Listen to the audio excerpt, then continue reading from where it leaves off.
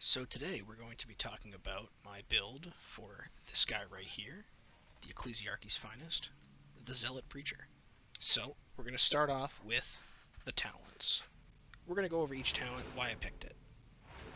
Here we have enemies within, enemies without, which is the replenish 5% toughness per second while within 5 meters of 3 enemies. That's a situation you're going to find yourself in a lot of the time, and be constantly regenerating toughness in that situation.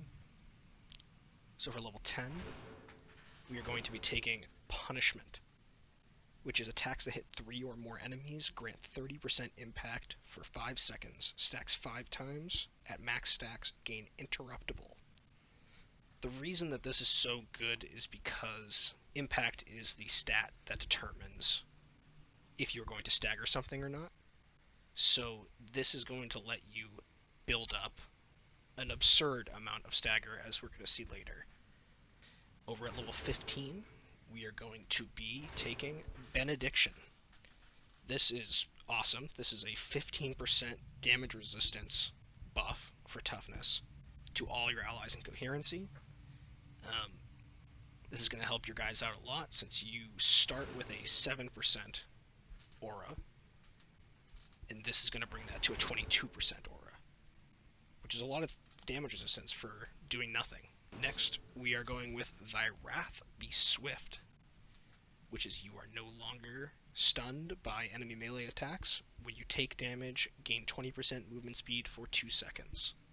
The reason this talent is really important is that you don't ever want to have your attacks, especially your big heavy sweep attacks, getting interrupted by enemies, because the stagger from your attacks is going to play a lot into the survivability of your build, because if they're so staggered and on the ground, they can't swing back on you. Next, we are taking Rising Conviction, which is 4% damage for 5 seconds on hit, stacks 5 times, up to 20% damage.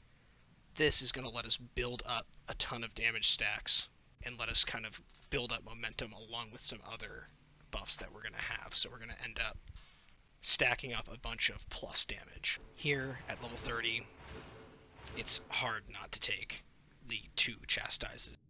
This is going to let you chain between groups of enemies, using one Chastise to go in and then the next one to move to the next group of enemies and keep that momentum going. Next, we are going to move on to the weapons. So we are running Thunderhammer Flamer. And we're going to start with the elephant in the room. A lot of people aren't big Thunderhammer fans, but this weapon, I think, is the best Zealot weapon, and for its role, in your role, I think it is one of the best weapons in the game. The things we are looking for on this for stat prio are obviously damage, you obviously want penetration. Defenses is kind of your dump stat. This is really the least important thing to have. Doesn't hurt, but it also, if you're going to sacrifice a stat, this is the one to sacrifice. Crowd control, this is a must-have. This is your cleave, your stagger, your cleave stagger, and this is first target, which is how much damage you will deal to the first enemy hit. Now, one of the reasons we're going to be using this, if we zoom in on the attacks, so we have a really good and diverse range of attack patterns here. So for lights, which is all strike downs, which is all just single target focusing hits, really good for just bonking individual guys. And we have this glorious heavy attack pattern, and this is just 2 big cleaving bonks that will throw everything in front of you onto the ground. And it's because there's no change in this, it's not relentless, then strike down, then relentless. That means that every single attack will be consistent. And if we look at the values on this, these are, comparable damage values to like the Eviscerator or whatever. But what's really important here is this blue thing, the stagger value. Being at 32 puts this higher than any weapon in the game that I'm aware of. Not a ton of great ones to go for your perks. Crit isn't a terrible thing to have. This melee weak spot damage is definitely not bad to have. I would like this 20% damage to be against flak enemies instead. It's going to be a recurring theme here. But a lot of enemy types, a lot of the things that you're going to be hitting with your weapon are flak. And everything that's not flak, a large portion of it, is already going to... It's not going to be relevant that you get 20% more damage against them. An alternative might be Maniac here. Maniac would be another decent one to have. For blessings, we're going to have Slaughterer. This is what I like, and there is an alternative you could take. I think it's called Head Taker, which is power on hit, whereas this is power on kill, but a larger value on kill. Stacking 5 times. They both stack 5 times.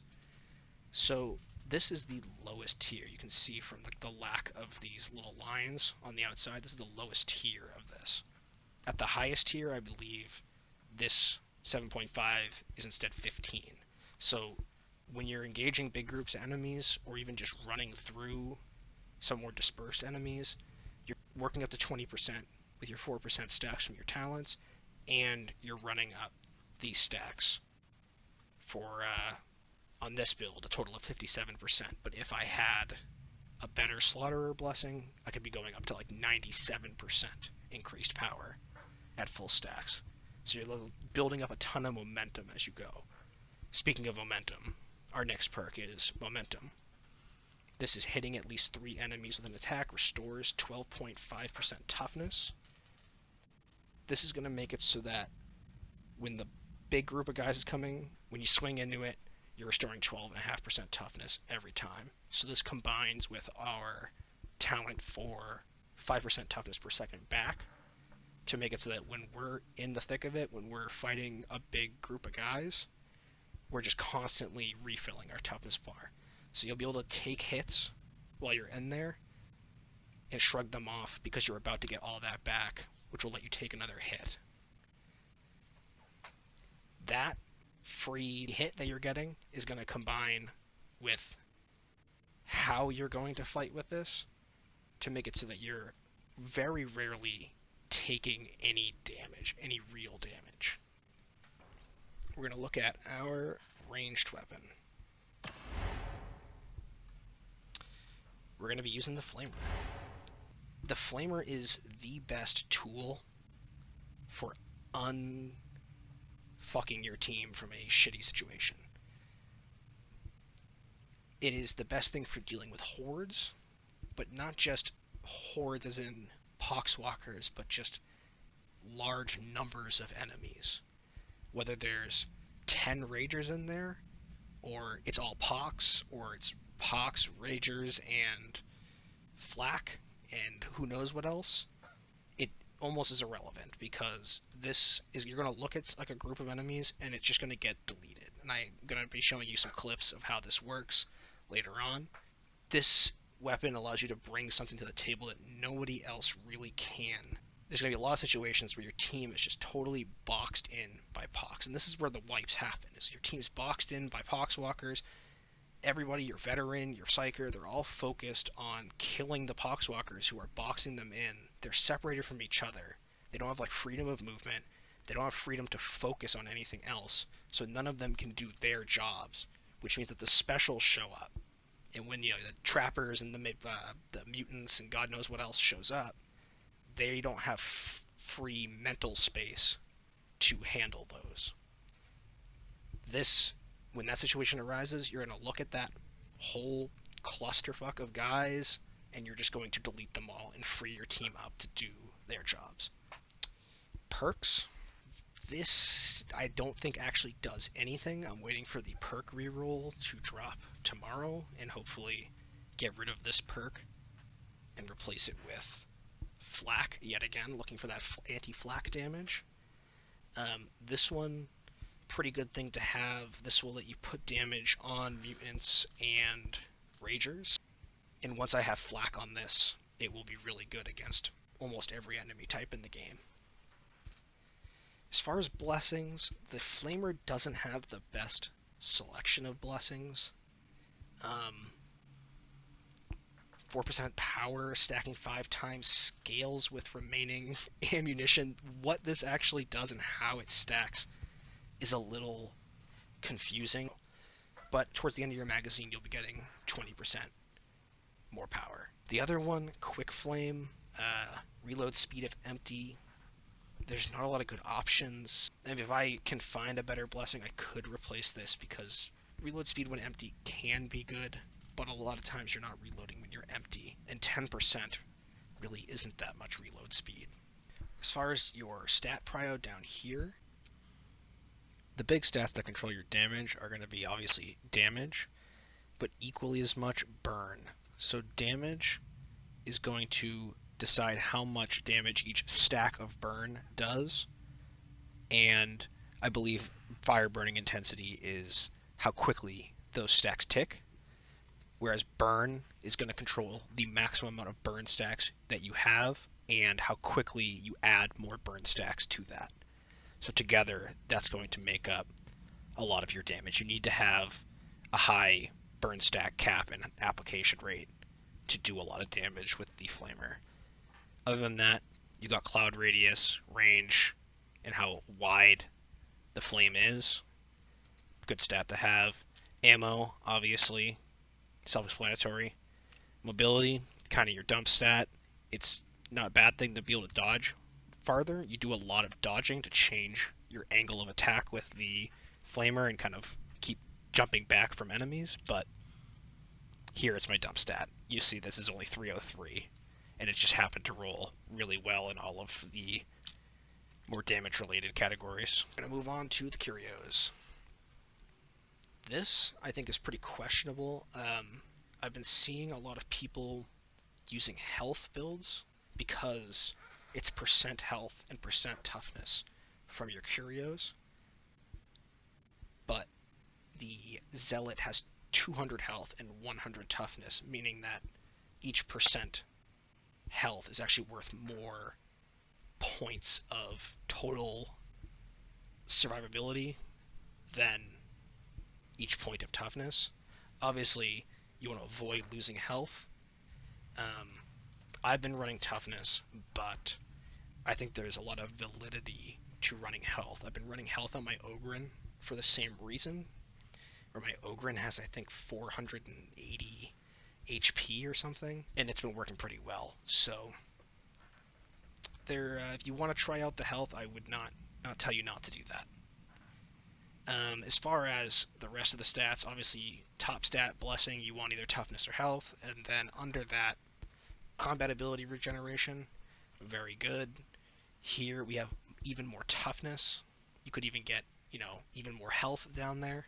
Health, toughness, combat ability regeneration. I want to obviously swap out that Ordo Dockets, try to get another combat ability regeneration, because the more you can chastise, the better. And then here we have a toughness regen speed that I don't love.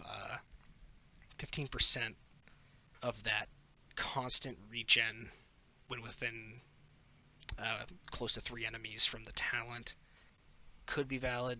Mostly you're looking for your HP pool stat, toughness, and you're looking for combat ability regeneration. Damage resistance to various things, snipers, poxbursters, and gunners. Now we're just going to quickly go over some of the basic fundamentals of what you should be doing with this build now that we've gone over the build itself. So your priority as far as enemies are concerned, it's basically, the thing at the top is blobs. It doesn't matter what type of enemy, it's just the blobs, the big concentrations of multiple enemy types that are moving towards your team. Next is going to be the melee chaff, like dragon scab melee dudes and poxwalkers. Third priority is melee elites like ragers and maulers. Once you've cleared out the chaff, then you're safe to quickly deal with any of those that your team hasn't already dealt with. After that, we're going to be going after ranged elites like gunners. Then ranged chaff, like regular shooters. We're going to quickly rip through all of those. And then finally, the last priority for us is specials. The reason specials are so low on the priority list is because a lot of times going after specials can overextend you, and really there are other classes who should be dealing with that. This is like the inverse of the Psyker or Veteran priority list. As far as the general role concepts that you're going to be filling here, we're looking at space making, which is both physical and mental space that you're creating for your team by flaming away enemies that are surrounding them, or standing on top of your Psyker and just swinging your hammer back and forth so that he can't get meleeed. This is going to be one of the more important parts of your job. Then there's also shooter disruption, which is another big thing that you're going to be doing, where you generally chastise or in some other way initiate onto a bunch of shooters, get into melee with them.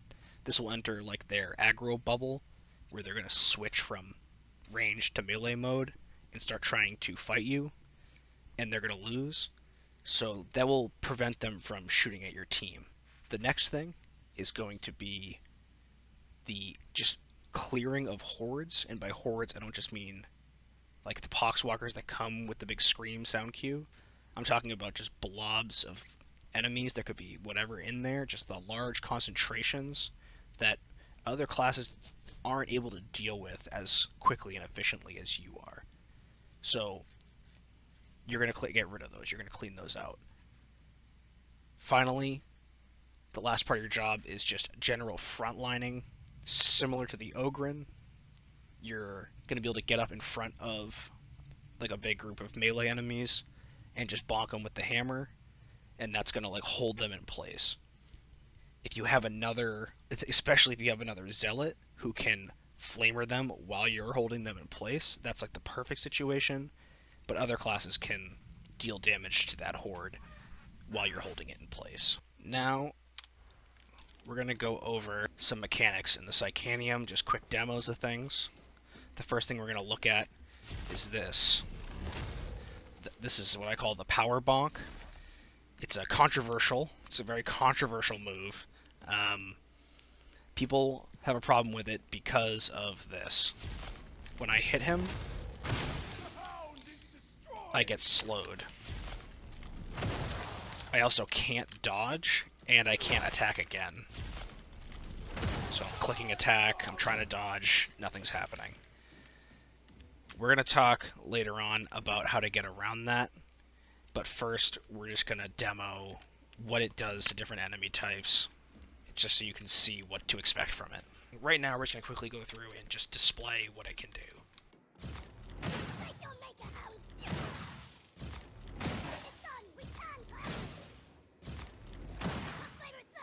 And that's the power 1 light attack. So the good thing about this light attack is it's the strike down, which means that it's easy to pick out one enemy in a group of enemies to bonk specifically with this. And that's another big complaint that people have, is if you notice over here, if I power this, let's say I want to hit this guy, what happens is the strike hits him first and discharges, killing him instantly, but the guy I actually wanted to hit is totally fine. So the strike down light attacks let you avoid that, and it also delivers a ton of stagger. So we're going to see it on him. Puts him on the ground, and we can just repeatedly do this. It'll take 3 hits to kill him, which is kind of a pain, but that's just the light attack version. It's good for just stopping an enemy in his tracks, just immediately staggering him, especially against crushers and bulwarks. Crushers, you're going to be able to interrupt their attack, so they're going to go to like do the big swing, and you can just quickly interrupt the attack. Next, we're going to be looking at the heavy attack.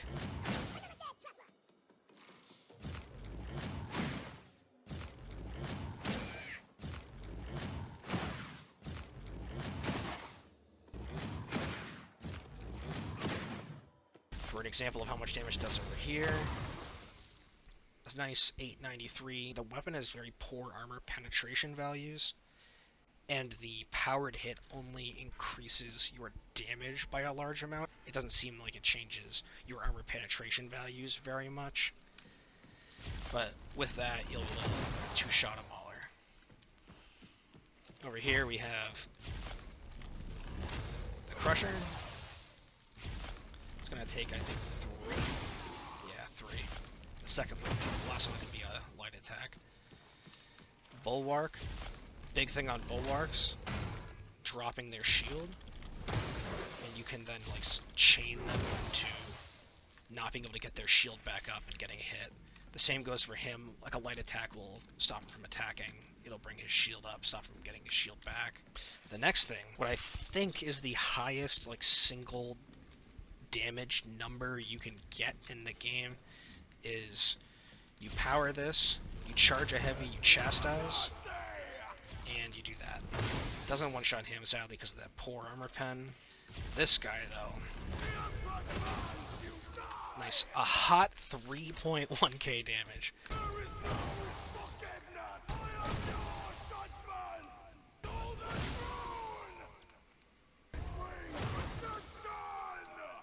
Next, we are going to look at the Flamer.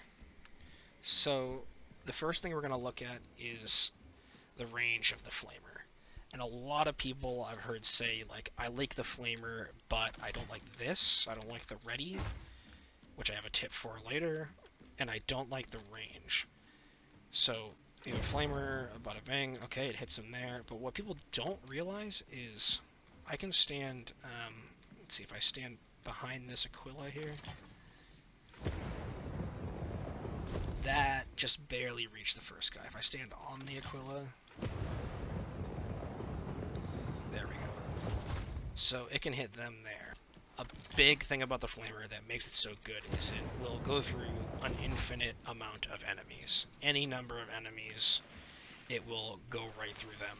So if there's 10 Ragers and 50 of these guys and 10 of these guys all clustered up right here, it doesn't matter. You'll be putting damage on the Ragers, and a lot of it, you'll be putting damage on these, you'll be putting damage on everything in that blob. The only exception to watch out for is this big fat piece of crap over here. You'll notice his shield stops the flame. So like normally it would apply like a little splash to that wall that you would see. It's being stopped. It doesn't pierce the Bulwark shield.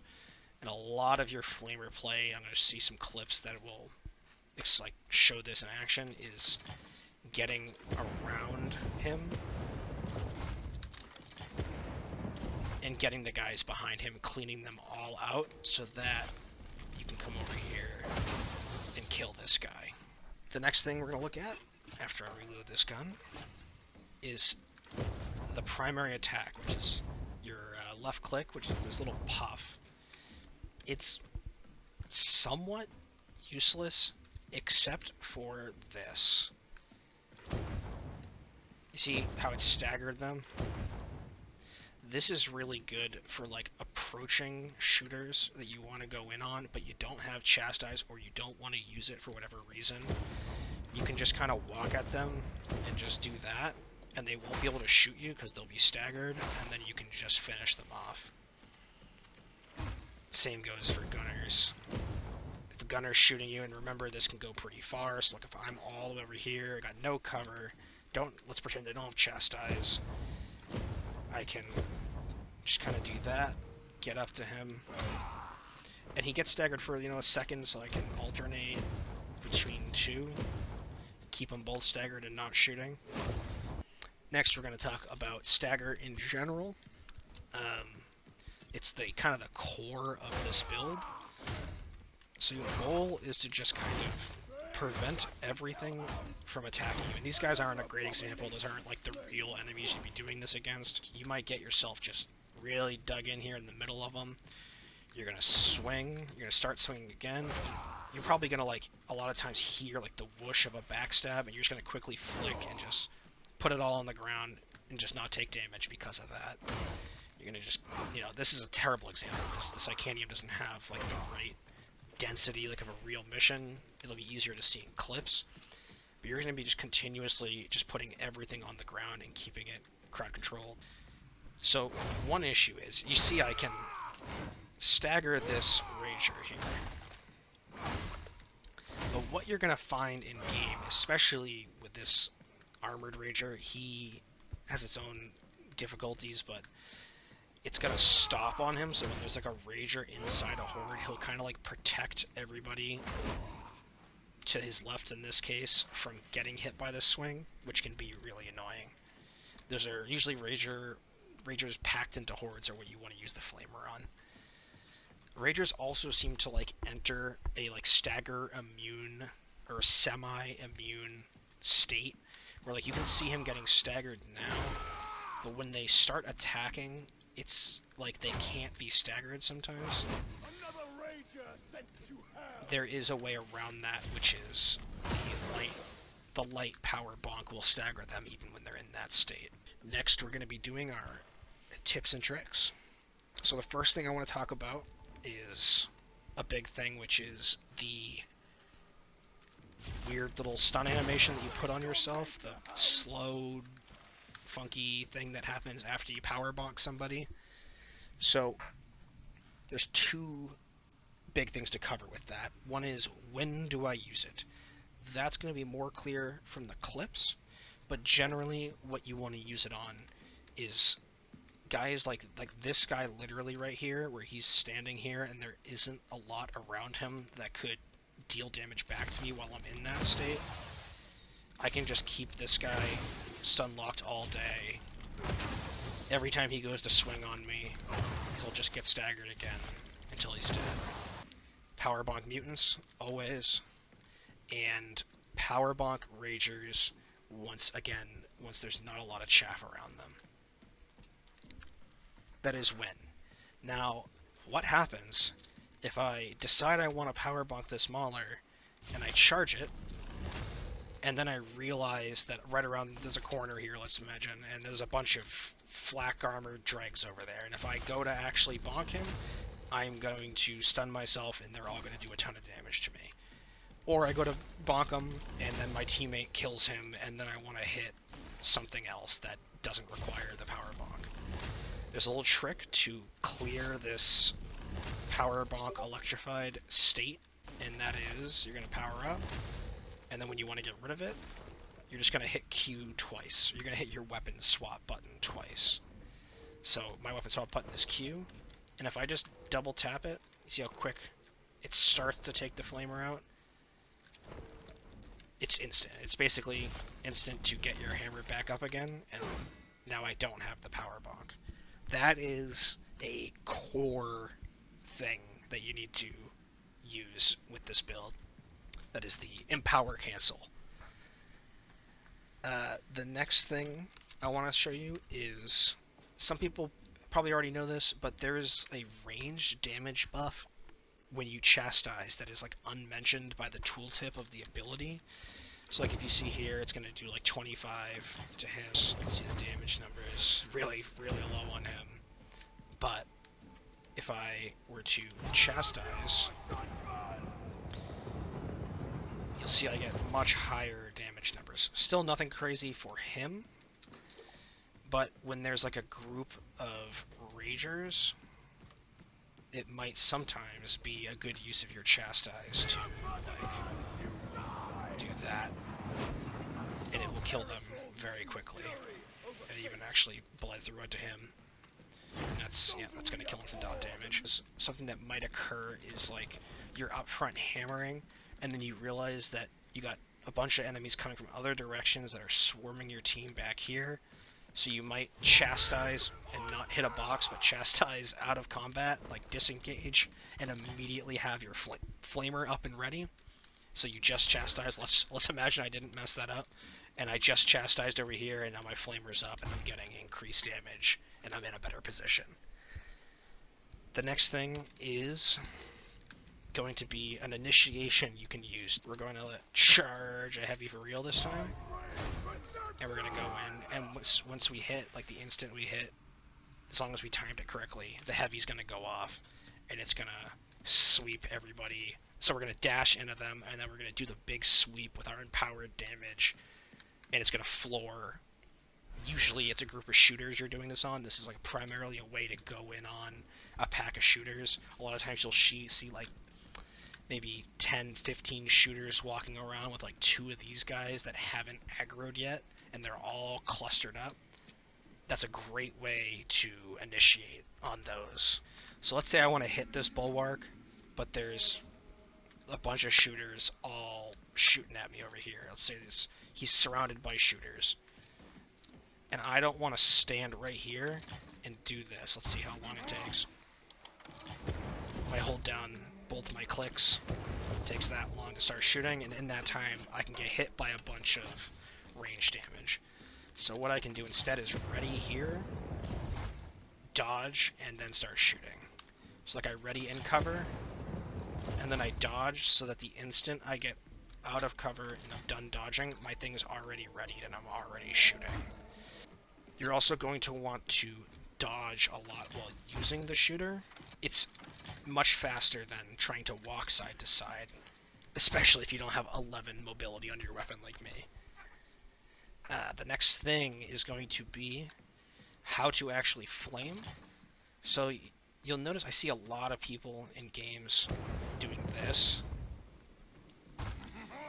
And you see how little damage that did to everybody because of what I described when I was looking at the flamer stats, which is how it deals damage by applying stacks and then those stacks ticking for damage and those stacks stacking up to 14.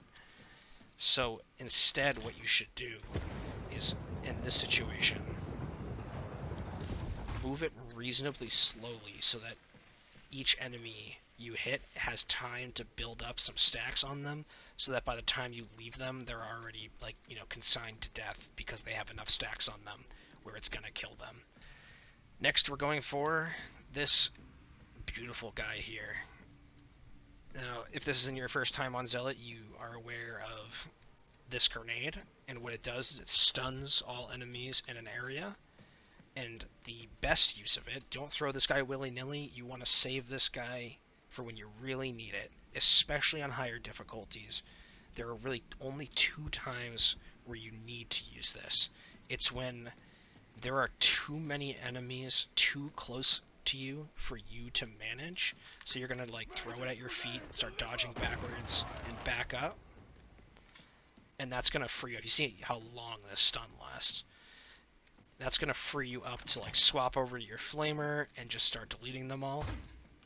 And the other situation, this is where the real clutch comes in, this is super important, is if my ally is like downed over here. Let's say he's downed right here and there's freaking 2 ragers and all these guys, and I can't revive him because as soon as I try to revive him, I'm going to get hit, and I'm not an Ogren, so it's going to cancel the revive. So when you have an ally that's surrounded by all kinds of enemies and you need to revive them, you're going to like walk almost up to them and drop that on them and then move in and start reviving. And by the time they get unstunned, you'll have revived. It's basically a guaranteed revive. The next thing I want to say was don't be afraid to use Chastise to disengage, to run away, especially because you have 2 charges once you're level 30. So maybe you're in on some dudes, and you're fighting, and you're ripping and tearing, and you're killing all these guys, and then you turn around and you do a quick little eyeball peek back at your team, and you see, oh shit, everybody's dying. They need me to come back and flamer. Don't be afraid to disengage from these guys and move back to somewhere else that you need to be. Maybe an ally has gotten dogged, and he's got the dog on him. You're over here fighting. Oh crap, he's got the dog on him. That's going to immediately take the dog off of him. So you can use it to go in, you can use it to get out, you can use it to get away from your team and get out and start disrupting enemies, you can use it to get back to your team. It's super useful. And I think that's it for the tips and tricks. Next we're going to look at a bunch of clips of me actually doing these things in the game, and I'm going to tell you about what's happening while I'm doing it. Thank you.